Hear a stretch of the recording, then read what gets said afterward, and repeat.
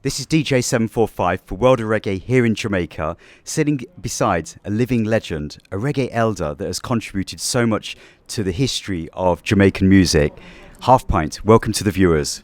Thank you for having me on this program right now and doing this interview. And to the viewers, this one is dedicated to you. The history of Jamaican music can be foretold actually by me and a couple of the artists that is still around. Thank you. What we want to do today is that we want to share some stories of your experiences in your career, which I think is into its fourth decade right now. Yes. Actually, yes, I'm in the music fraternity here in Jamaica for the past 40 years now, or 4 decades, yeah. And my part of being active singing in the music industry, I know this music was a music that derived out of people well-being, of self-reliance and liberation.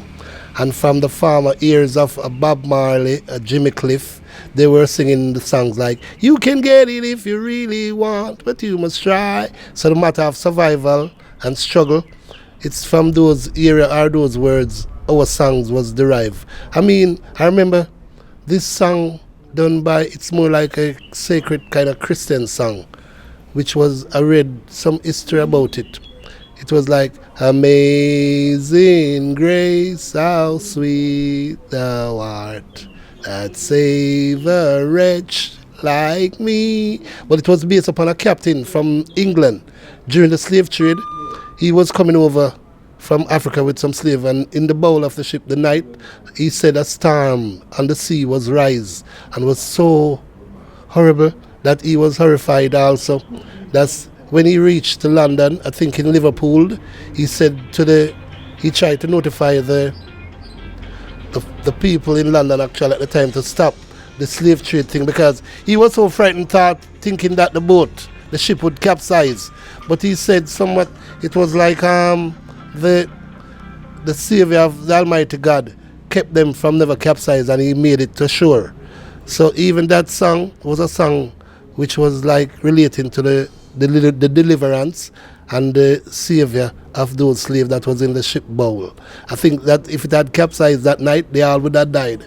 So music was a thing, and he said that some of the slaves actually were chanting in the song actually, and those chanting, I guess what they were doing, it was a matter of singing for their freedom or their deliverance. So sometimes music, to my knowledge, is so powerful that it extends. Because even biblically, when I speak of in a spiritual way of the music also too, David in the Bible, it spoke, and in the Psalms, it is declared as to the chief musicians.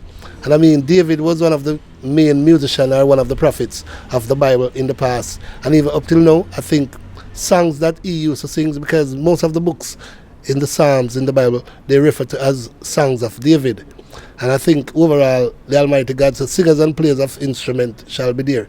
And so I see music on a whole in that same realms of singing songs of joy and liberation to people, and knowing that there's a creator and a source from whence we came. So up till now, I still keep that covenant with the music in a form of singing songs that can rejuvenate and let people rejoice. Yeah. Mm-hmm. I mean, along the way, we're going to do some myth busting. So there's quite often stories that, things that are heard across the years, and then maybe the information gets lost in translation. So we're going to go into some of that later on. But what was it like for you growing up? Because you've grown up in Kingston, born and raised here. What was it like? Because you grew up predominantly in an independent Jamaica. Right. Me growing up in Kingston, Jamaica, I remember it was in the 60s. And in the 60s, we got our independence from London, England. And overall, we used to have like float parade, a lot of singing and dancing, and people would be celebrating. And I grew up in that era time and saw the vitality of the music, which was so really dynamic. And I mean, we had songs, rhythm, genres of music like ska.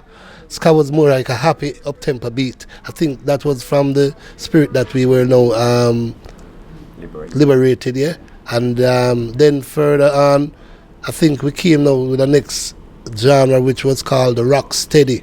I think that was the time when people was be like starting to get more concentrated or looking into the rims of the social order, and then they call the beat rocksteady. Then from rocksteady, it changed until the next called reggae, the one drop, which was more timely. Because I mean, in life, anything you're doing, you got to be like more patient and cautious with what you're doing. So I think the music at the time, which was now called reggae, was a format that was more looking into people's life and values and well-being. And that type of music, it was from those type of music I really derived from also too. Although I knew the ska and the rocksteady, I more was derived from the reggae concept, because reggae now was more like the latest genre and our format, and my whole outlook of Jamaica at the time was wanting to see really and truly we become more uplifting. And Bob Marley and Jimmy Cliff, Peter Tosh and Burning Spear, they were, as older people, they were singing songs that was sounding to be more liberating and comforting. And I adopt that same principle, because a couple of times people would be like, the dancehall of lately today is a genre also, but the reggae of my time of the 60s, 70s and 80s was the more foundational, or the root. Because in every aspect of life, just like building a house, you have to have the foundation. And I think that's why even up till now, the songs that I still do, they are still relevant. Because I am more like an original and foundational type of singer. Yeah. Well, it's interesting because, you know, as you're talking through the transitions of Jamaican music from mento to ska to rocksteady, reggae, they say that the actual beat was derived around about 1968, and it's so relevant that 50 years plus on, the music that was made back then is still so relevant now. Right. Yes, it's still relevant, because I remember a song, it was from a foreign group. It was like Grandmas and the grandma concept of what I'm trying to express now is that our grandma is still relevant to our well-being up till now. And I mean, the past sometimes can be relevant with the future up till now. So I tend to hold on that format of life and thinking and way of life. Because my grandmother, I think I tell you this, my grandmother was the one who taught, my grandmother and my grandfather taught me more than even my present mother and father. And I think when you get in the grand treatment or the grand teaching, you really learn. Yeah. And that's where my music is derived from. My grandmother principle and my grandfather principles also, they help shape me and form me to be more self-disciplined also, and be respectful, or be truthful, and be more passionate about life and values and all of that. So that's where I derive my energy also from. It seems as though family values meant a lot to you growing up, and I guess that, you know, they're family values that you still instill into the younger generations as well. Yes, it does. Family values does mean a lot to me, because overall, for instance, right here we are sitting now doing this interview. This studio is called Mixing Lab, and it was the first song that came out of the studio that I recorded back in 1989, was titled One Big Family. And truly I grew with a strong family unit, because I remember when my grandma and my grandfather, we used to my mother used to send us up from the city to Waterhouse to spend the Sunday or the weekends and go to church. And it was my mother and my aunt, set of children. It was like when we get to grandmother's house, the house was overpacked. Right. So I grew with that kind of tight unit of family value. Yeah. Mm-hmm. And you were probably, maybe 15, 16 years old when you first probably started to take those first steps into music. And it was probably through sound system, I'm guessing. Right, yes, I was doing my debut at the age of about 15, 16, 17 in the dance hall in Kingston, Jamaica, and across the island overall. And the sound systems was like Black Scorpio, Prince Jammies, Leeds Unlimiteds, Mellow Vibes, and all of the era sounds that was available that I could take the mic and go and perform. But in truth and in fact, what I used to be doing was like debuting a song from out of my mind and my heart directly within the audience or the dance hall. It would be like I would be testing the song and see what it's all about. And people was really craving and enjoying it also, because I guess overall my outlook at life was really meaningful, and people could hear it and detect me and supported me also. And I was gratefully doing it, because I know that it was a matter of doing my duty. Yeah. But in those times, you know, in the late 70s, early 80s, which is the era that I think you're referring to, that's when the DJs really used to run the sound system. So for you as a young singer, was it an easy entry onto the sound systems? Because, you know, some of the sounds that you've mentioned must have been hard to get that entry door to go on the mic there. Yes, I could say it wasn't that easy. It was hard because the DJ was more the impact of the dance out those time in the 60s, 70s. But the difference, I think, my spirit was very forthcoming. And then when I took the mic and start singing, even the DJs them that were there that was so dominant, even they would have to be like, look at me and even realize that, yeah, I ain't no joke. And what I'm about is not, I'm not just commercializing. I'm saying deeply rooted topic. And they could realize that they themselves was a part of it also too, so they couldn't really excuse me or really feel like I was altogether that soft. I could penetrate their heart and mind too, because even once I remember a guy said to me, one of the DJs, Supercat, he's now living in the United States, and it's there when he saw me, he said to me, Pint, you know, it's America came and realized who he was, what he was saying to me indirectly. He was, while he was here in Jamaica on the sound system and I would be singing, he would approve of me too and enjoy me, but enjoy the songs that I would be doing and regard them too. But it's like when he went to America, his brain was more open up with knowledge and he could see where my whole concept was deriving from. Because I think when he realized that the struggle of what Martin Luther King, Marcus Garvey them professed towards the liberation of black people at the time, he realized that my topic was that, because this song I did remember directly titled Political Fiction. Back in the 70s here in Jamaica, the political rivalry was so dominant, and that's when I would be professing a song like due to political fiction, sometimes these other rivals, I thought they might be mad at me, but because of the truth, and some of them I think overall they would want to have some form of peace in their life so much, no matter how we were like set apart of being political rivalry. I think they had known that if the truth were to be told, they would be more collectively and live peacefully and unite with each other. So my little intervention with that song was a matter of putting them in check, or they so to speak, or they would be like, oh yeah, I can understand where you're coming from. And in truth, in fact, I think overall the truth, it prevails, and it's always outdo the wrongs or the falls. Because there's a song also by the title, I did a song 1983 titled Winsome, singing about a girl, or not even one girl, because I remember when I was little back in the 60s, I used to see like 20 girls who walk, and they weren't easy girls, they were really badass, if in case to say. So when I remember singing the song, girl, you're too bad, girl, you're too rude, some people would wonder if I'm being womanizing or sounding that certain way, but the girls them who I knew and saw they were living like that, some of them would have seen me and say, Devon, because Devon is actually my pet name, they would be like, Devon, I heard it's you sing that song. And I was like, yeah, and I thought they were going to be like bashing me or eating on me, and they were like, no, I love it, because they were finding it like it was truthful to them.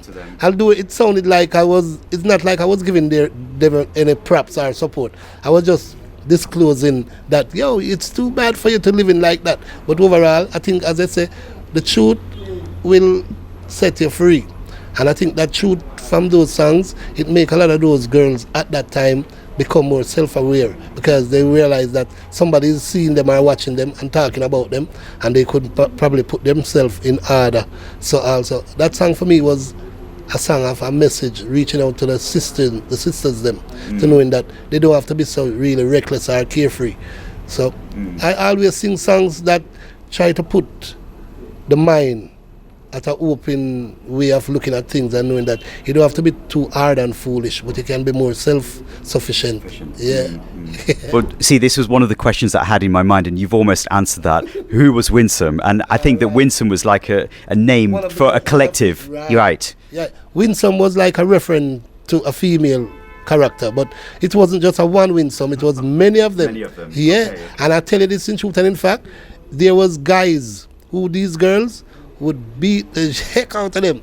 Really? Yeah. Wow. These girls weren't easy girls I'm telling you about. Many people who might be never grow in the city and met them before, they might be wouldn't know what I'm talking about. But if they were there, they would see like, Pint, you were right. Right, okay. Yeah.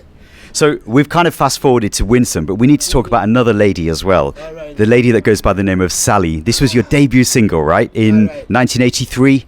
Yes, Sally was my debut single. But this song, Sally, I was recording it, I was performing it in the dance hall back in like 78, 79 before I recorded it. But Sally now was a song singing pertaining to like marry.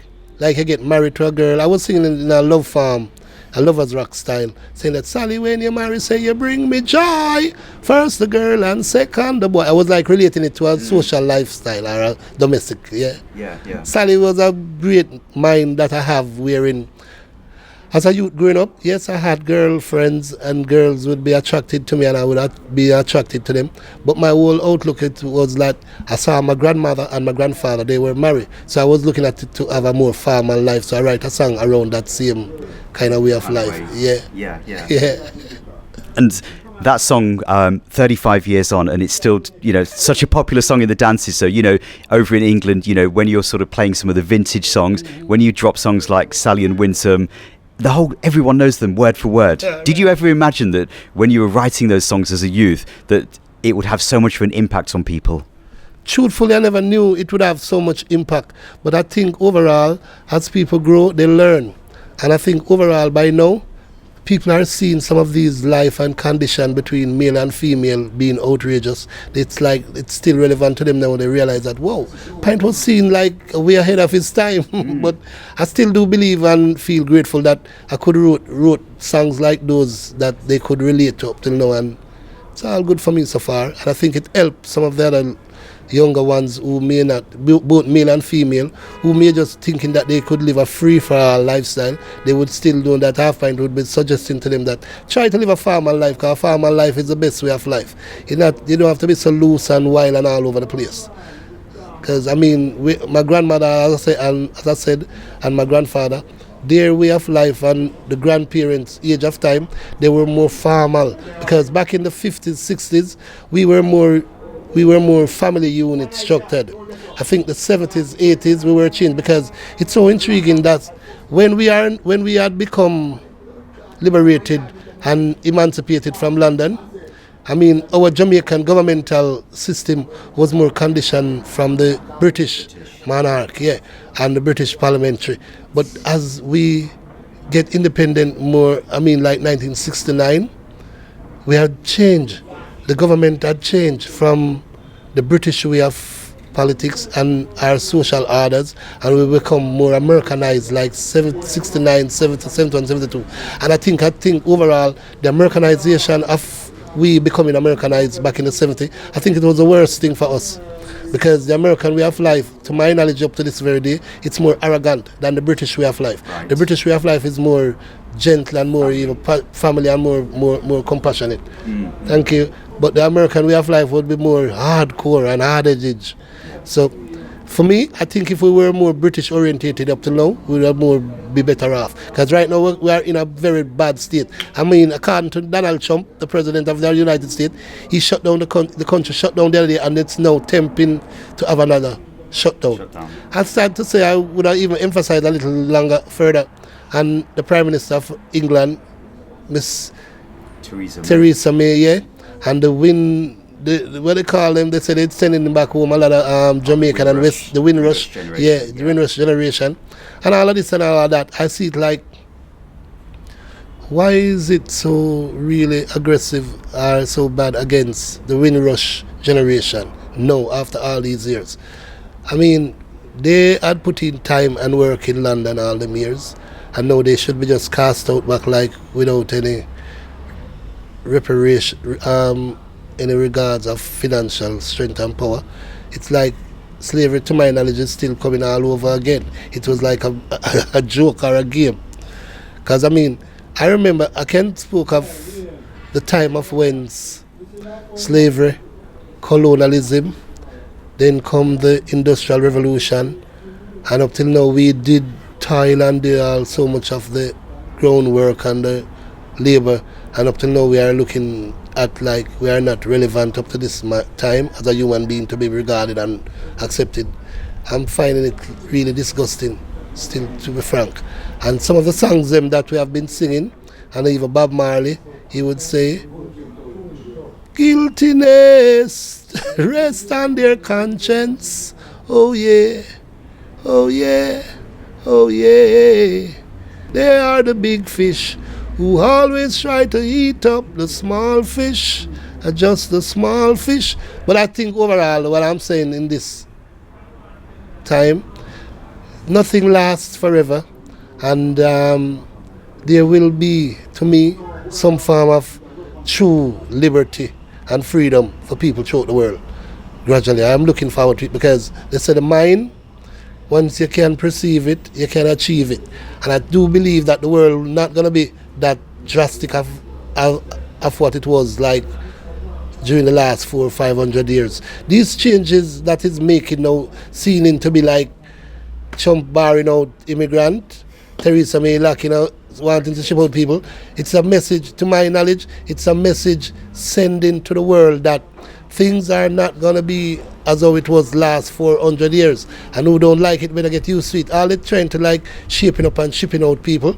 The younger generation, I think, in London now, they are looking to a more liberated way of life and freedom too. True. So it's not just immigrant going to be being pushed aside.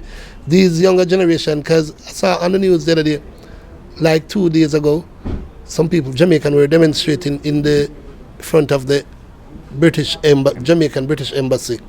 And even some of the same Jamaicans, they were like calling the police on the people them. And I was like, whoa. But everything gonna, to my knowledge, the pot's gonna boil over until it reaches peak.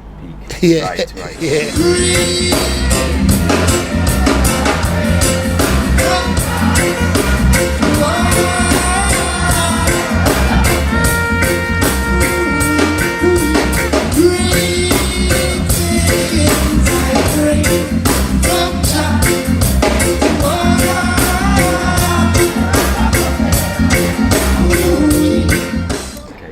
So we've talked about Sally, we've talked about Winsome. Now, one of the myths that's always gone through my head is that one of the biggest hit singles from 1986, Greetings, I heard that actually started out as being planned as a combination with Half Pint and some other artists. Is there any truth in that story?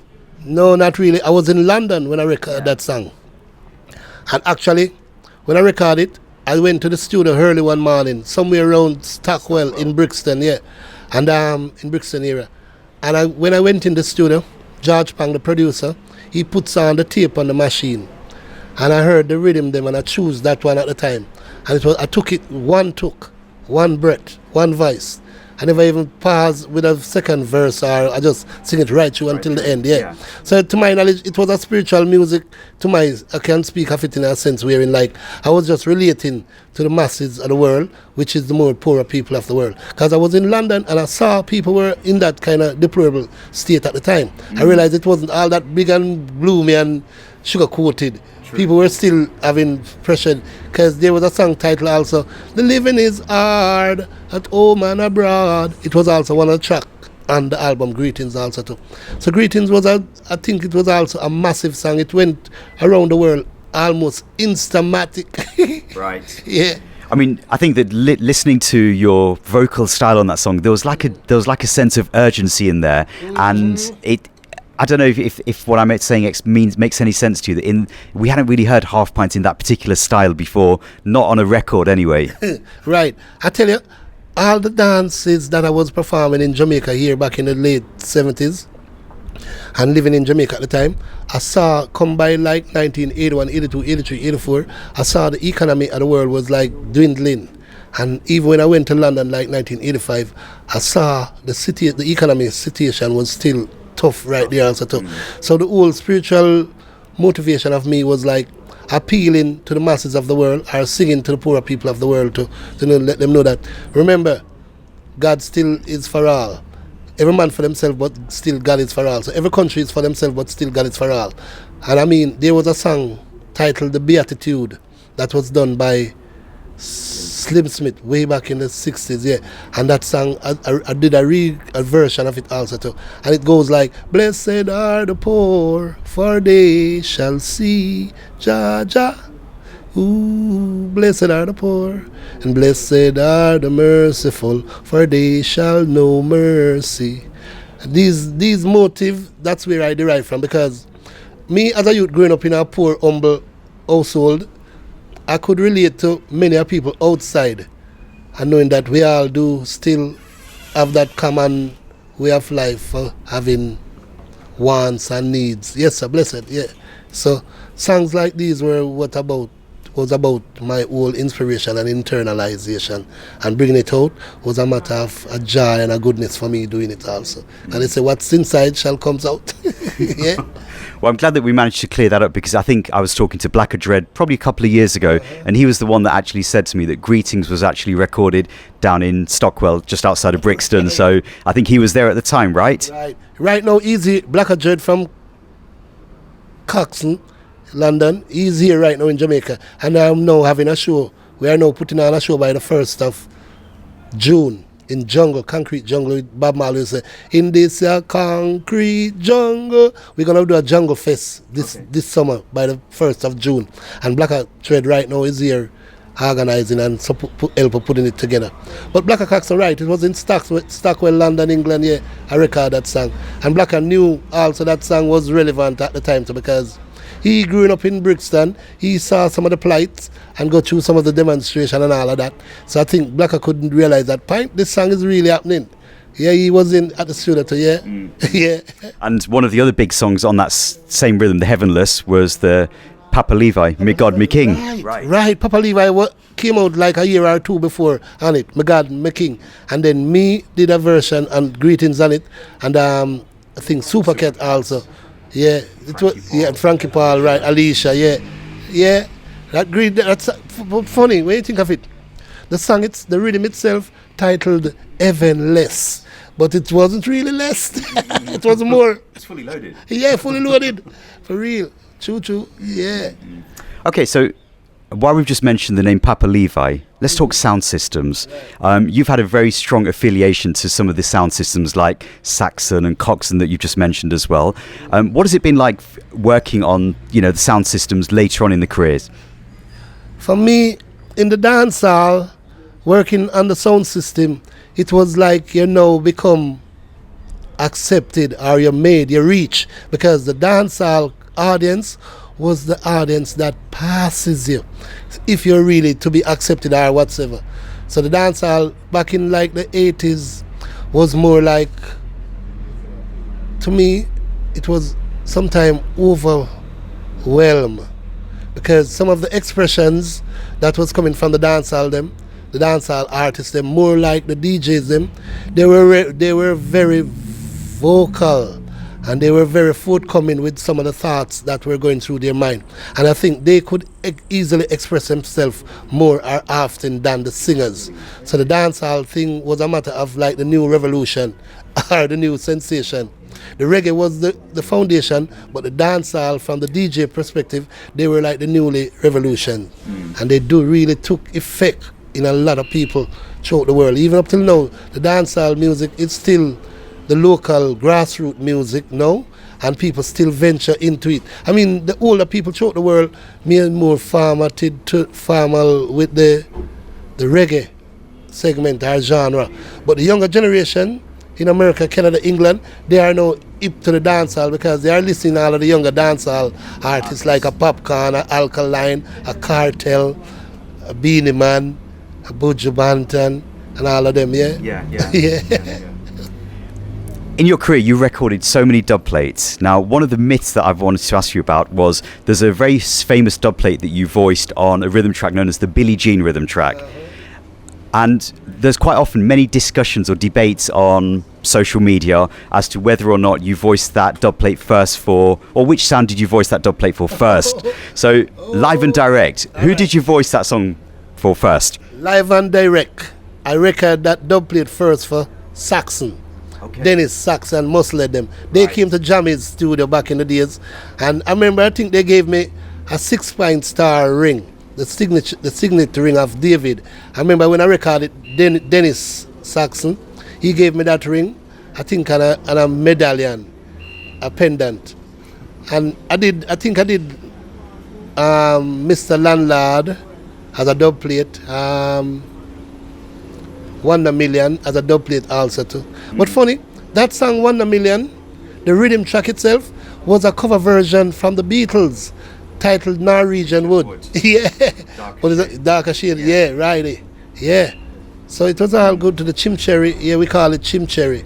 Doobu doobu doobu doobu doobu doom doom doobu doobu doo. Yeah, man. Yeah. Because you see, in my head, I knew it was between Downbeat and Saxon, but I never knew which one it was first. Funny, Downbeat, I think I gave Jammy a cut of the rhythm track itself. Yeah, but the track that I am on, Jammy had played it over, because the Downbeat original one, I think it's more acoustic and more authentic. Right. But the version that Jammy had made over, a little bit more smoother. It was more smoother. Because overall, Shined also had done the Billie Jean cover version of Michael Jackson on the same Downbeat version. And it's more really rubber dub style, hardcore, original, yeah. Well, I mean, you're here in 2019, and when you sit back and look back at your career, 40 years, do you have any regrets? Not musically. I mean, from the business aspect, I can say I have a little regrets, because I never knowledgeable of what was what and all of that. But from a musical point of view, I'm very 120% grateful, because I think I adventure a lot of souls. And even up till now, the younger generation, they are coming on to me now and learning who is Half Pint and what Half Pint is about. But business-wise, structuring really, I never had. In Jamaica overall, many of us, it wasn't a situation where many of us as artists, even the older artists, they didn't have much knowledge of the business aspect. And some of us get a little bit rough treated, mistreatment about it. But I still overcome that, because they say nothing good in life come that easy. True. But I know I win a lot of souls, and I'm grateful for that. All my fans throughout the world who've been listening to Half Pint music, it's richer to me than even what I think I've lost in financial form. True. Very, very true. Yeah. And, you know, in the last sort of few months, you know, there's been a lot of talk with reggae music being given this title of like a global heritage, and there's been talk from the Jamaican government about having a museum here. What's your thoughts on things like that? It's most necessary for the Jamaican government should establish a museum for reggae artists, or a hall of fame for reggae music. Because I can tell you this, when it comes to Jamaica, it was the product and the entities of Jamaica was banana, sugar, and the backside. And the culture was the next thing to be exploited, which is the culture of music. Where Bob Marley was like, they make Bob Marley become more like the centerpiece of it also. But the entire body of us was the voice of our people, which expand throughout the world. Even in South Africa, when apartheid was in its highest of form, it was a Jamaican music that was bashing against apartheid. So our voice make a loud like the around the wall of Jericho. So in truth and in fact, reggae music need to be recognized here locally, to have a museum and establish so much to be, recognized. That's even our younger generation can grow up and know that we were a part of the development of life and time of our people. Gratefully. Yeah. Well, Half Pint, from the World of Reggae team, we really have to give you thanks for sharing some of the stories along the way. There's so many more things that we could talk about as well, but I appreciate we're going to have a part 2 of this interview as well, so we give thanks for your time today. We really do. Thank you, and thank you too. Thank you for having me, because the few advice are people out there who never knew Half Pint. Check it out and listen to this interview further on and know that Half Pint will be still continuing do songs to help souls throughout the world and liberate and sing joy and rejoice in goodness. Yeah, thank you. Half Pint, one love from the World of Reggae crew. Thank you.